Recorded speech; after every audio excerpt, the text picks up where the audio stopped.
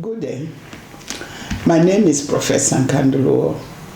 It's indeed an honor and privilege to have this opportunity to reflect on 35 years of the existence of the International Conference on AIDS and Sexually Transmitted Infections in Africa, ICASA, as well as the journey of the Society for AIDS in Africa, SAA. It is a fact that the HIV/AIDS epidemic reshaped the destiny of the African continent. Many of us scientists knew one thing, that Africa could not afford to sit back and wait for others to decide its future. We all knew that this was beyond science. It was a matter of life and death. My journey in this fight against HIV/AIDS started long before ICASA was established. As a young female scientist and a health professional, my work involved program development, research, advocacy, and this work is what shaped my early response to HIV, tuberculosis, sexually transmitted infections, and malaria. This involvement made it possible for me to network with other scientists and other professionals across the globe and Africa in particular.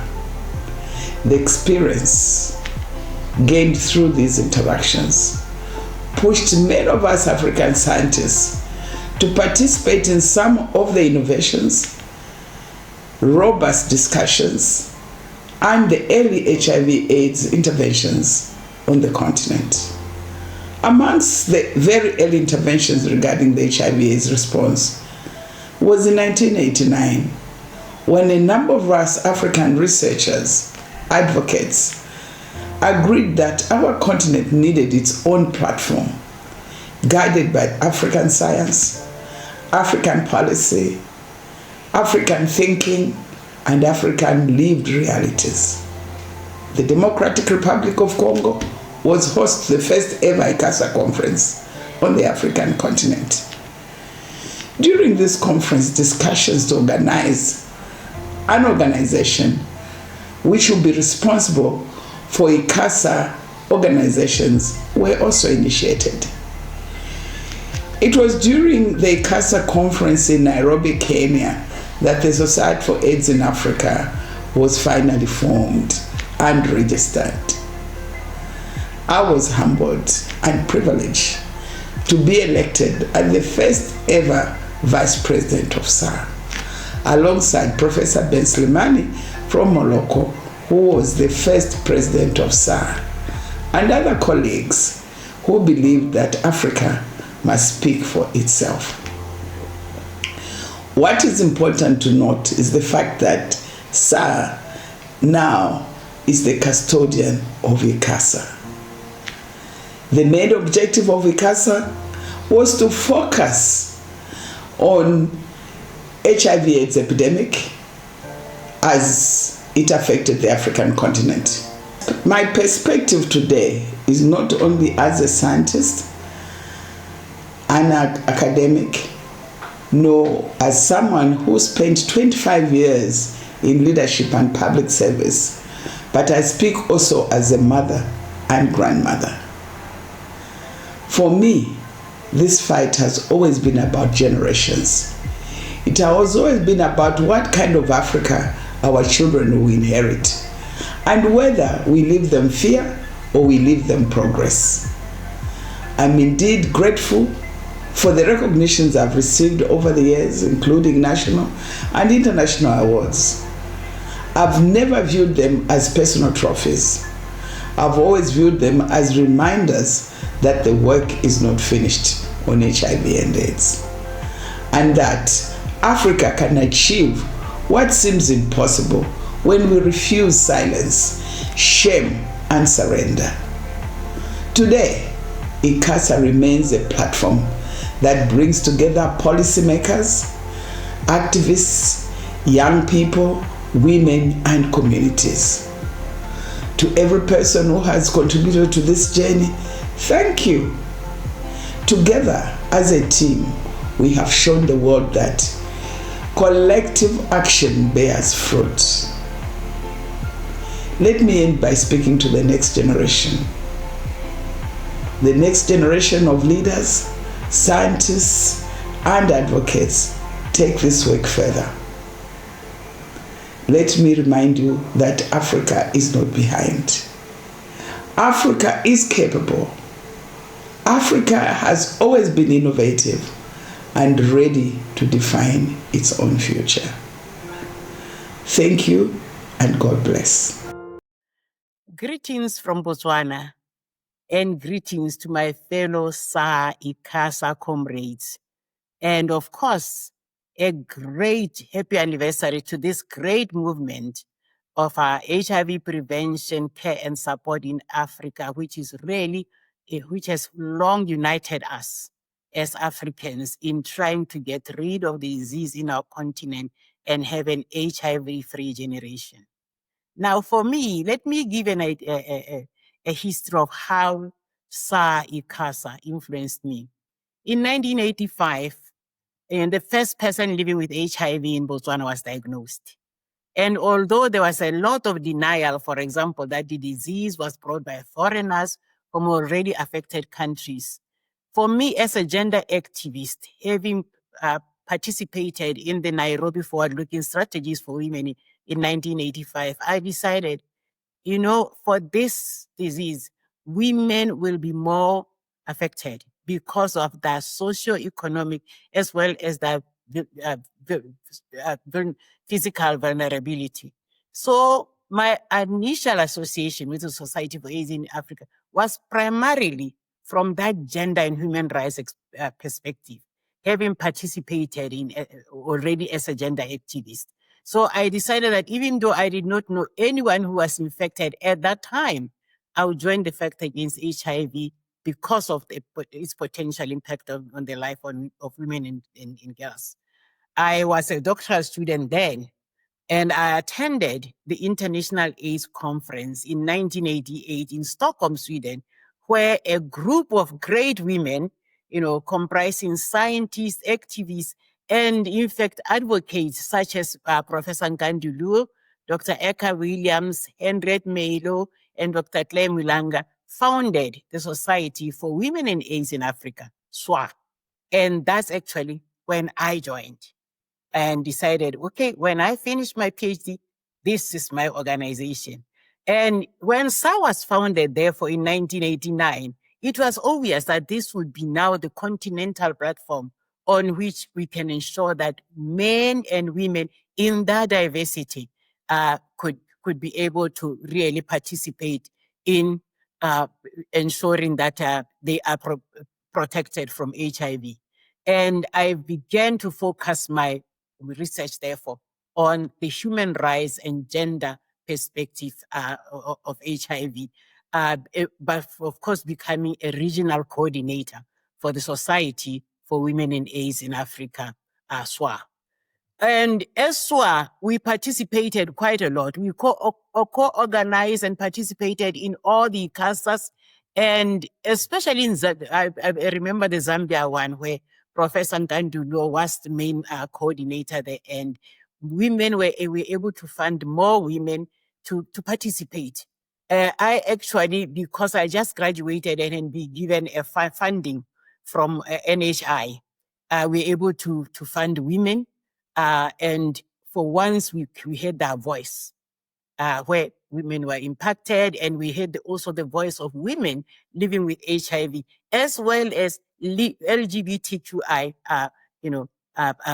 participants. It was really great. So through the ICASAs, we're able to therefore advocate at country level for us to use research to tackle issues such as GPA, stigma rejection, key populations, child marriages, and women's economic empowerment.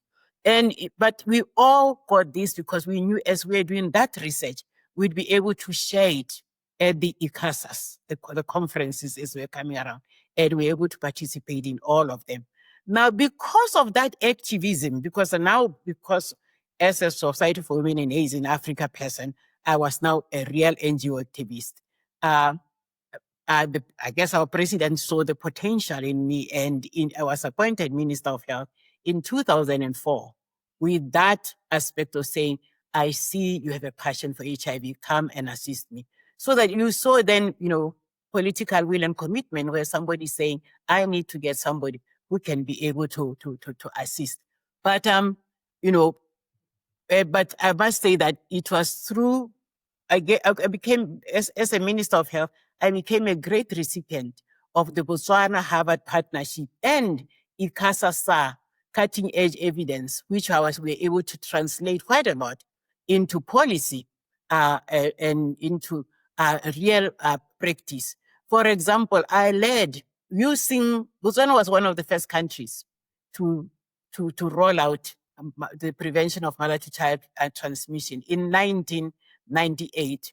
And I was able to lead a comprehensive HIV prevention, treatment, care, and support program whose achievements are actually some of the greatest still in Africa.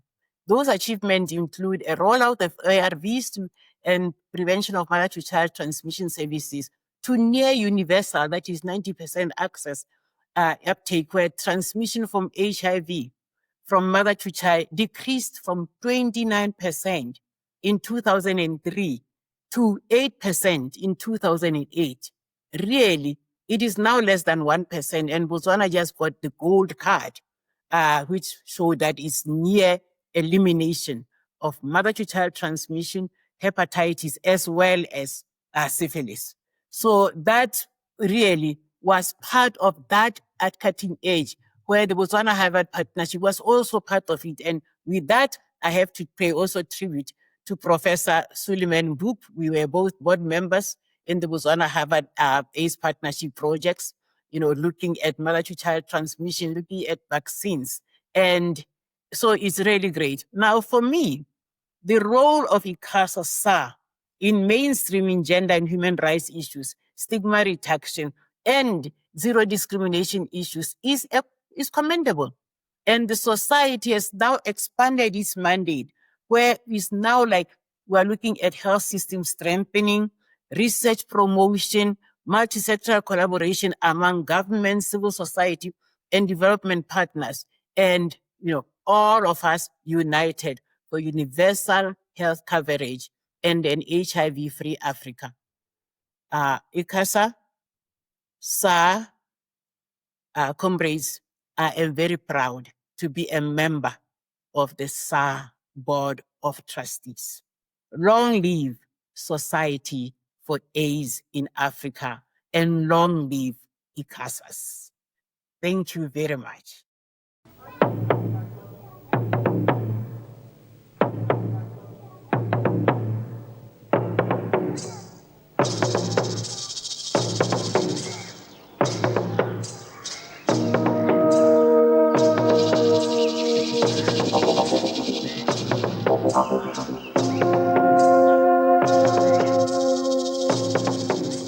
The death drums, played nightly after the news in Uganda, sent a chill of fear through the people.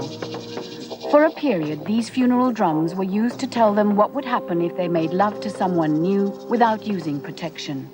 HIV would get them, AIDS would kill them. My name is Sam Okware. I'm from Uganda. I happen to have been a founder member of this organization since the 9th conference, which was held in Uganda, 1995. We wanted to have, domesticate the program, and also wanted to make sure that there is expansion of participation. We also wanted to have communities getting involved, and therefore that evidence which we get from research, we wanted to domesticate it and improve our programs. I think we wanted to have a platform for the response, our own response, a platform for training, a platform to support sharing of information, and a platform for learning, and also a platform for sharing knowledge. We decided that we needed a continental rallying point for all the countries in Africa, taking into account our research work, our behavioral networks, and also taking into account our capacity to be able to do more for ourselves against the different modes of transmission. Yes, we had a unified response in Africa, especially with strategies, especially with actions We've had joint actions across borders, which have different modes of economic establishments in which this epidemic is seen. So this domestication was very important. So first, there was unified response. Second, we have had joint action across borders. And thirdly, I think now we have moved to communities. Communities have been active. Communities have been able to ensure that they take over the role of enforcing the discipline which is required in enforcing a proper HIV response. We have established a coordinating point for all our initiatives, a place where we could share knowledge and a place where joint strategies, joint plans for the continent could actually be shared. Through this focal point, we're able to establish modes of transmission. We're able to establish the first comprehensive AIDS control programs in Africa, and also we're able, for instance, to start a strategy based on the ABC, abstinence, behavior change, and condoms program, which really were able to do a great job in Africa, which reduced incidence of HIV twofold, threefold, fivefold. In fact, even more importantly, we've been able to curb the upward trend of HIV mortality. In fact, the mortality has been declining, and it has declined over the last 2 decades by over 60%. And most importantly, I think even critically, there is one area of capacity building. You go to tertiary institutions, go to universities, you go to communities, you find at that level there are elements of community organization, in expertise, and also in community mobilization and primary health care. There are already new declining trends, almost sixfold. Case fatality has come down 60% now.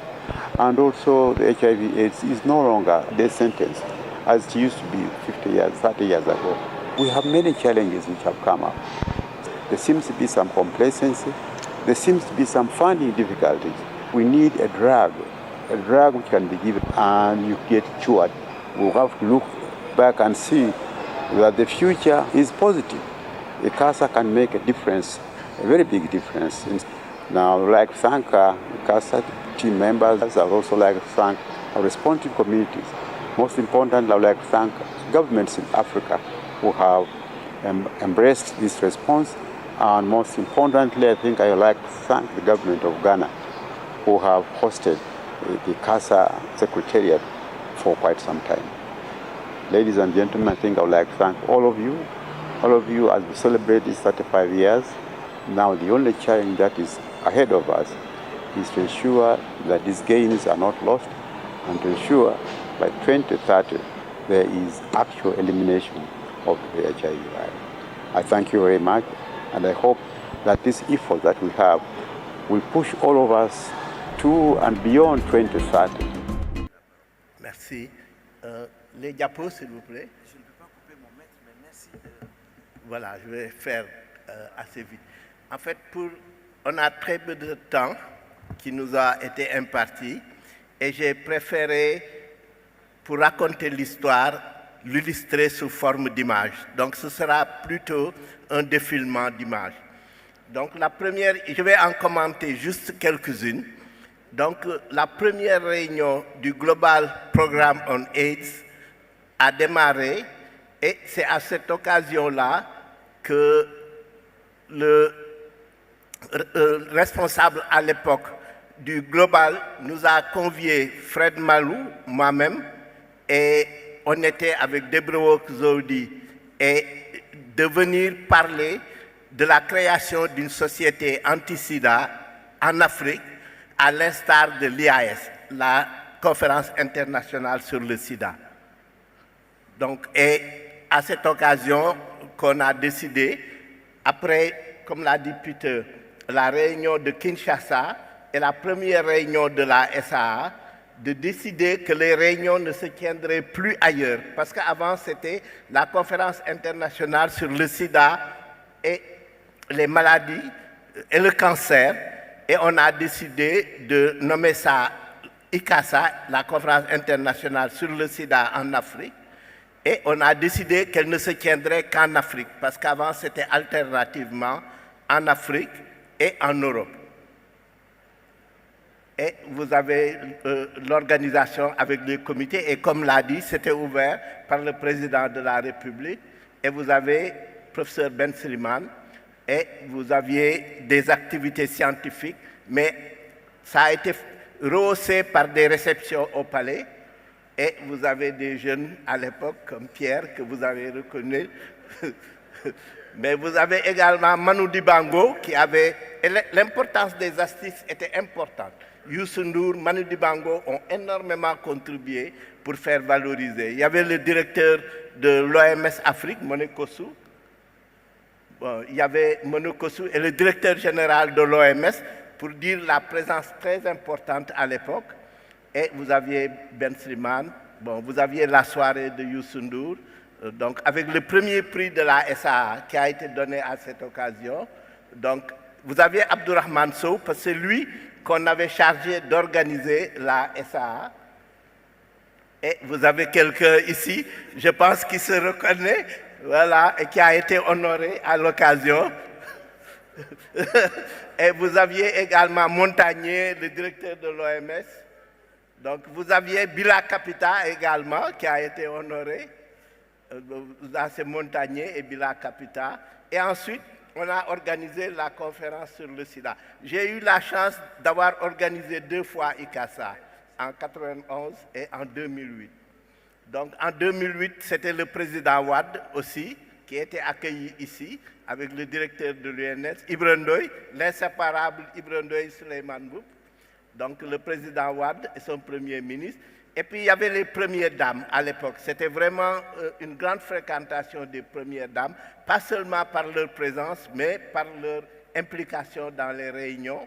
Donc ces premières dames toujours, là c'est à l'ouverture, mon allocution. On a donné aussi des cadeaux aux chefs d'État qu'ils ont comme souvenir dans leur bureau. FMI Soyinka, des activistes. Donc le prix Nobel de médecine à l'époque, Françoise Barré-Sinoussi, à cause du VIH. Et vous avez également le ministre de la Santé de l'époque, qui est là aussi, Safia Toukam, avec le groupe des activistes, les communautés, le professeur Eva-Marie Kolsek également, qui a reçu, et également, comme je l'ai dit, il y avait Youssou Ndour, cette fois-ci, avec Angélique Kidjo, le rôle a été très important.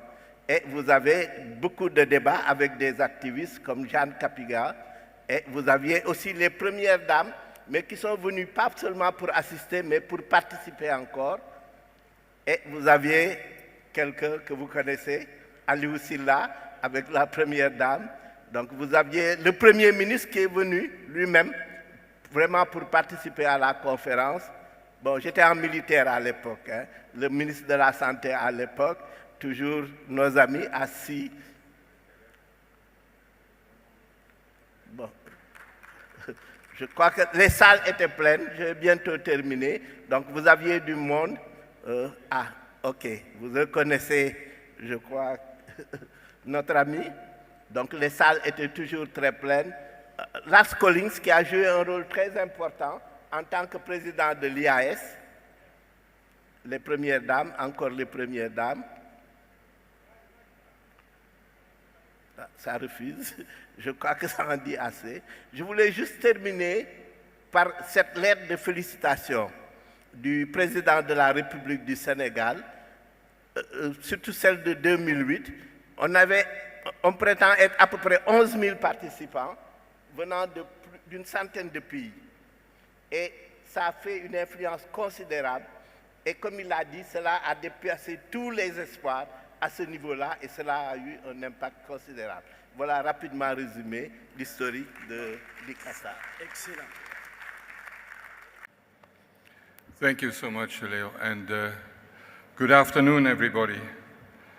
I must say I'm not only very honored to be here and to launch this memorable session, but I'm also very moved that I was asked to do this.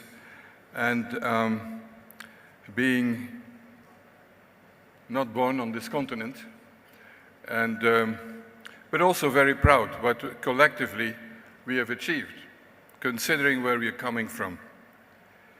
And okay, we should make sure that this is not about nostalgia, this session. It should be about the future.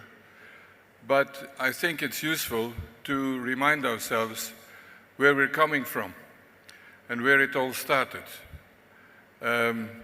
Because the world has changed. We've had many, many achievements, but we also have to make sure that we can build on that foundation. Oh, thank you. Ironically, the first reports on HIV, on AIDS, it didn't even have a name in these days, in Africa came from Europe.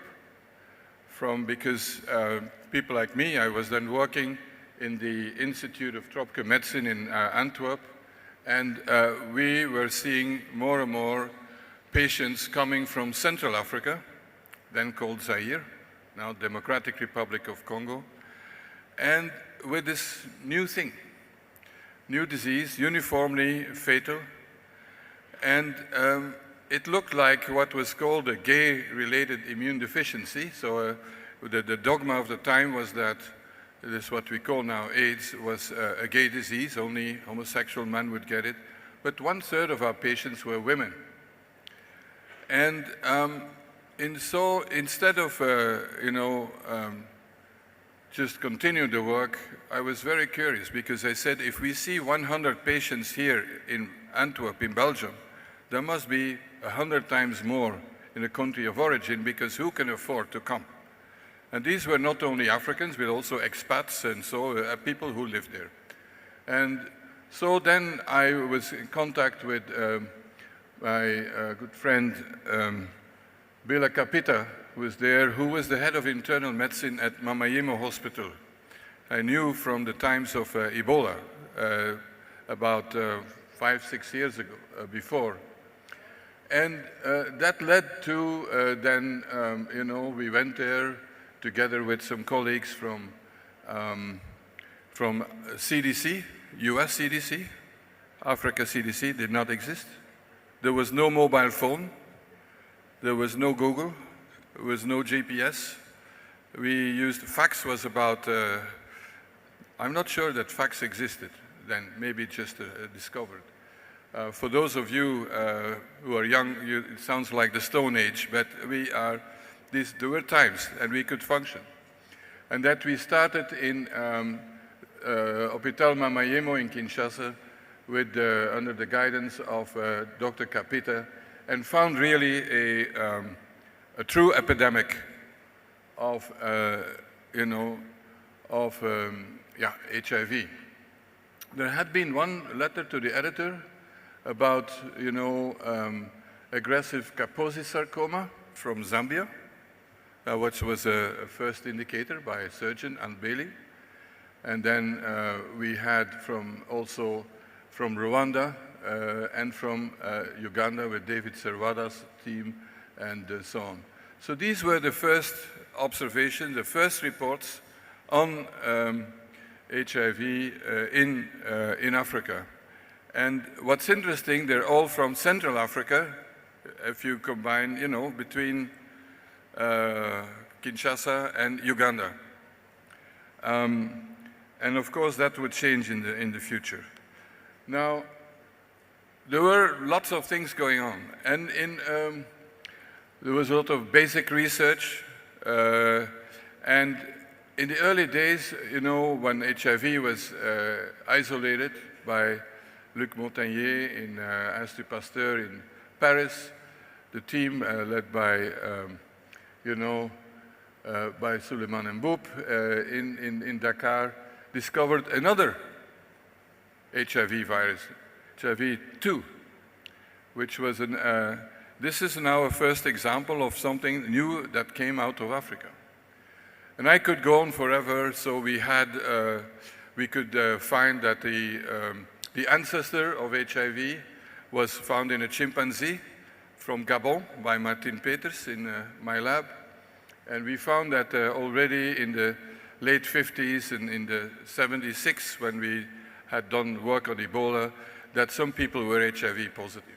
But we didn't know all that. But in the beginning, there was a lot of denial that this was a problem, including by WHO. For example, the Director General of WHO, Don Mahler, who was a great Director General, but he said in a meeting in Zambia in 1985, when it was already pretty bad, that, don't make AIDS a front page issue to the detriment of malaria and tropical diseases, etc. To his credit, a few years later, he changed his mind. Good. And also the dynamic leader of UNICEF, Jim Grant, he refused to have any mention of the HIV in children in the Convention on the Rights of the Child in 1991. So I'm just mentioning that because we should not assume that there was a natural embracement of this new problem. The contrary, there was a lot of stigma, discrimination, including for people who worked with it.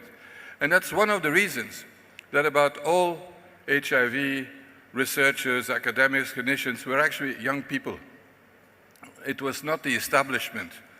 And that, in a sense, for people from my generation was an opportunity, because if the old generation would have adapted it, we would not have had any chance to do our work. But the first, when I think of the defining moments, small ones, a small step is that the first event that the WHO organized on AIDS was in Bangui, at the Institut Pasteur de Bangui. And Pierre, you were there, and our brother Pierre Somsé also. And this was, why was that important? Because in these days, there were no tests. We could not find whether someone was HIV positive, living with HIV. So we needed a clinical case definition. And even when the tests were on the market in the US and in Europe, they were not available in Europe. So we needed a clinical case definition, which was made there. It was not perfect, but it was better than nothing. So that was the first event. And then a year later, in '86, there was the first regional conference on AIDS that was organized by the regional office for Africa, which also initially was in great denial, didn't want to have to deal with this. They thought it's gay disease, this is not for us. And that also, I think, was, but these were technical issues. And just as a reminder, as I mentioned, in the beginning, the HIV was particularly prevalent in Central Africa, but then gradually it moved south. And I remember in 1983, in December, I went to Johannesburg. I was invited to an infectious disease conference. And I gave I told what we had found, and that there was a heterosexual epidemic coming up. And in South Africa, I said, absolutely not possible, because, the only cases they had were some white South Africans who had been infected in the US or in Europe. And they said, oh, we won't get that. And I said, may I remind you that the majority of your workforce in the mines are not South Africans. They come from a bit more north. And so when you look at the picture today, the epicenter, if you want, of the problem has moved really north and south and east, and which is fascinating, and it's not always well understood. Now, I'd like to say also a bit some milestones. Just for a reminder, in 1990, there were 1.5 million deaths globally from AIDS, overwhelming majority on this continent. And a milestone was a conference of the International AIDS Society, the global sister society, Vancouver, where it was announced that AIDS is no longer a pure death sentence. You can treat it. You cannot cure it. We still cannot cure it, with a few exceptions. And at that meeting, that was the first year that UNAIDS existed, and I spoke at the opening ceremony, and I said, we will not rest until the price of this treatment is as available as an aspirin. Because it was, in these days, $14,000 per person per year. In current value, that would probably be 40,000 or something like that. So out of reach. And that became a real main passion, obsession, need for necessity to bring that price down. But the obstacles were enormous. It was not only Big Pharma that didn't want to reduce the price. There was usually skepticism from the ministers of health, from the international development agencies. Here, the World Bank, a quote by an economist who again turned around later, but this is in 1998. It was already, we had already millions of deaths. And he said that the brutal fact was that those who could pay for Africa's AIDS therapy, pharmaceutical industry by way of price cuts, and rich country taxpayers by way of foreign aid are very unlikely to do so. But we would never accept that. And the lesson is that do not accept anything that is really can be responsible for the deaths of people. If that's what it is, we have to find a solution. And so did, and after lots of activism, a combination of, let's say, negotiations, deal-making, diplomacy, activism, joining civil society, academics, and so on, the price came down, and here you see the figures for Uganda, which was one of the first countries on a smaller scale to introduce it, although Senegal was the first one, together with Côte d'Ivoire, I would say, and that the price came down, but it is now something like $1 a day. And also, I should mention that in the early days, you needed like 14, 15 pills a day. Today, 1. And I think the time is close that maybe 1 injection every 2 months or 3 months and so on. So there is enormous progress that will save a lot of lives as well. For me, a defining moment was the summit of what was then called the OAU.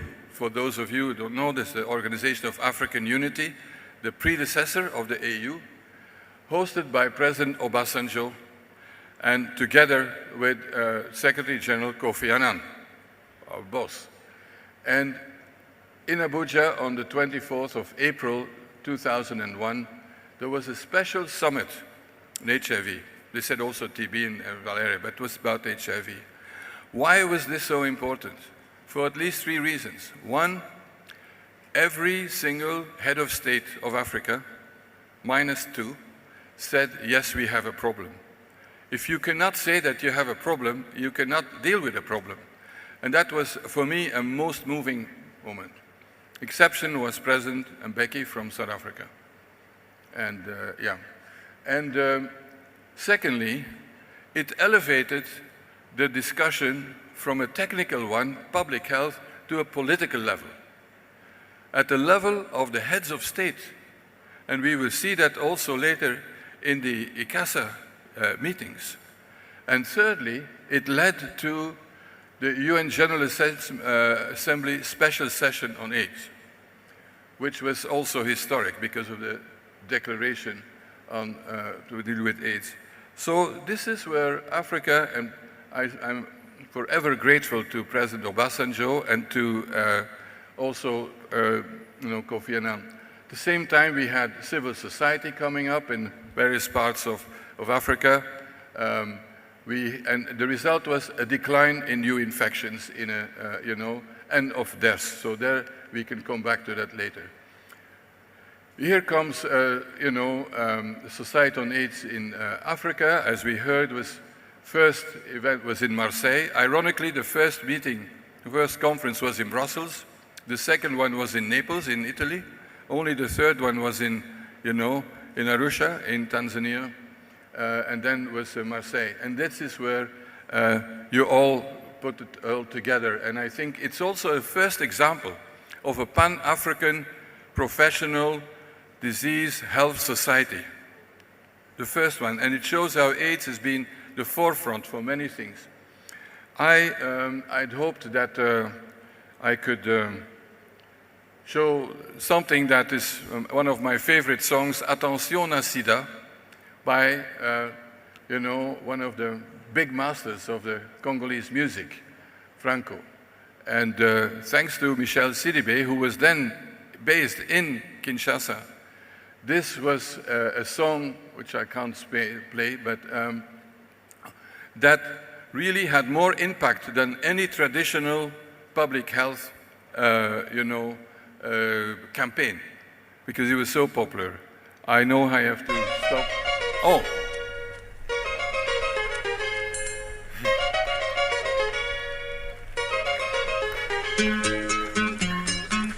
Oh, le sida, une terrible maladie. Le sida, un mal qui ne pardonne pas. Le sida, un mal qui n'épargne personne. Oh, ce fléau, le sida, qui laisse impuissante la médecine.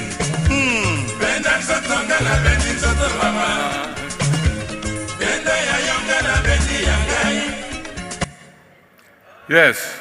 No, for tonight we can go on, but so this showed that it was also the world of culture, the popular music. All this was now, it became a movement. The politics were there, people like us. And then I think the conference in Kinshasa was also a breakthrough. For the first time, major international attention in the media, the New York Times, Le Monde, just name it. And it was a pretty chaotic event, but 1,500 people, and we had thought that there would be 700 coming. And then Dakar, and we'll hear, of course, from Suleiman about it, because Dakar also important because for the first time a president of the Republic was addressing the conference, President Diouf. And we also had the creation of the Society on Women and AIDS in Africa. We had Youssou N'Dour, another hero for music, and we had also the Director General of WHO, Nobel Prize winners, etc. So this became then also very good. So I know I have to stop, and I'll go just to say a few words now, and then I stop. All this is very interesting, and I think we've all worked very hard against everything that you can think of, but it's about the future. The world has changed, and we also have to change. But the Society on AIDS in Africa, Society on Women and AIDS in Africa, ICASA, will be needed more than ever. But we have to do it differently and adapt to the new world. And it's about leadership, it's about how to convene, it's making sure there's a new generation of leaders, this new, we have the social media, all this, it's not up to me to say this, and also to support Africa health sovereignty. The movement that is also kind of coming out of here with President Mahama on August the 8th, convening, and then the Africa Reset Agenda. And I would like to pay tribute to the boss of Michel and me, Kofi Annan, a son of this country, who really, without him, we would also not be there where we are now. This is So let me conclude by thanking you again, and also thanking so many of my friends from the early days, and there are many, and it's always unfair to see, but people who I learned so much about, who are still there, some of them are not, and I think these, we can say, are pioneers that I worked with, but there are many more. So thank you so much for it. I have 5 minutes to illustrate how the ICASA platform influenced the African government to lead the HIV response in Africa, and mainly to mobilize resources and to set priorities. I'm going to go through 4 ICASA. The first one is the ICASA 1997 in Abidjan. The main topics of that ICASA was access to AIDS treatment in Africa, because the African community, the African people living with HIV wanted ARV drugs because it was not affordable, overly expensive. So we started fighting and mobilizing government to African people to have access to treatments. And the president of France, Jacques Chirac, who attended the opening ceremony of that ICASA meeting, made a powerful declaration in terms of, okay, from France, we are going to establish access to treatment solidarity funds. That was like the precursor of the global funds. The second ICASA is the Lusaka, 1999. My sister Luo was the Minister of Health and the chairperson of ICASA in Lusaka in 1999.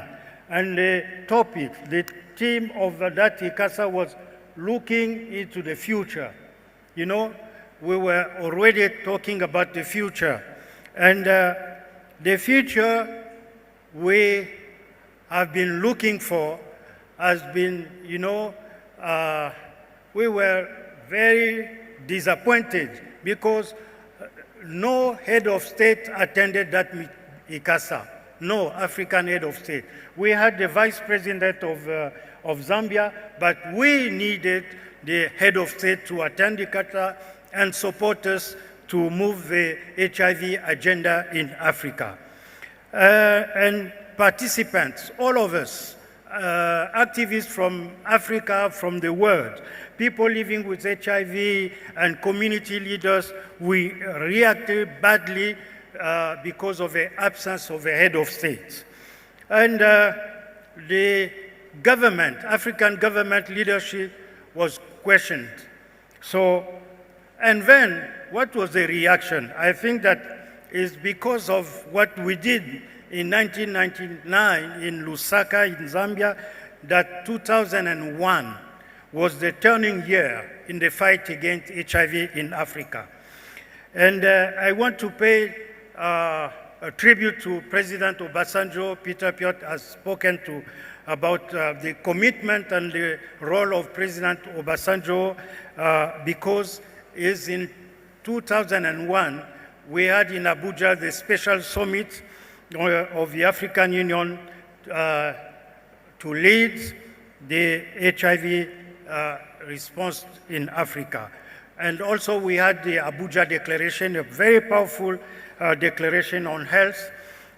Is an agreement to allocate at least 15% of the national budget to health, not to HIV/AIDS response, but to health. And we are still having less than 10 countries in Africa that have achieved this target.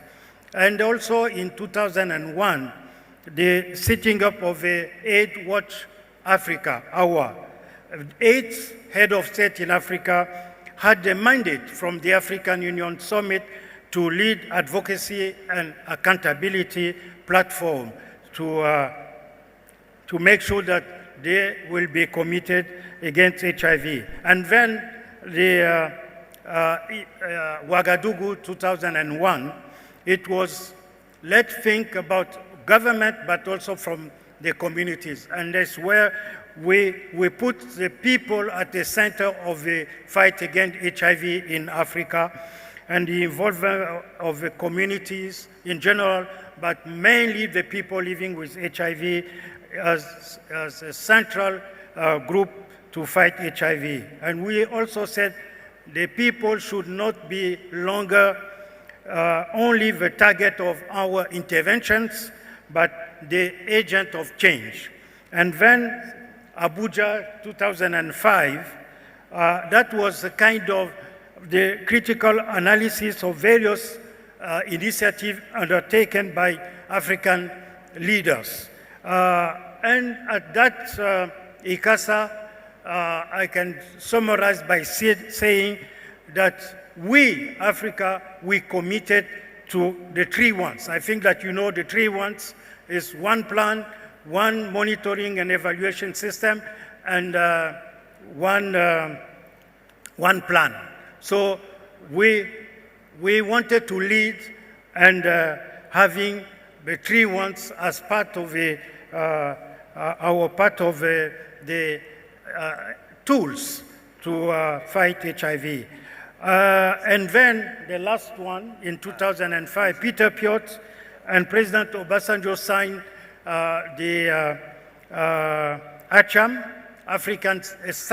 signed and established the Africa Center for HIV Management based in Lagos at the University of Lagos. So that is, I just wanted to show you how the ICASA used to advocate and influence the role of the government in Africa. Thank you.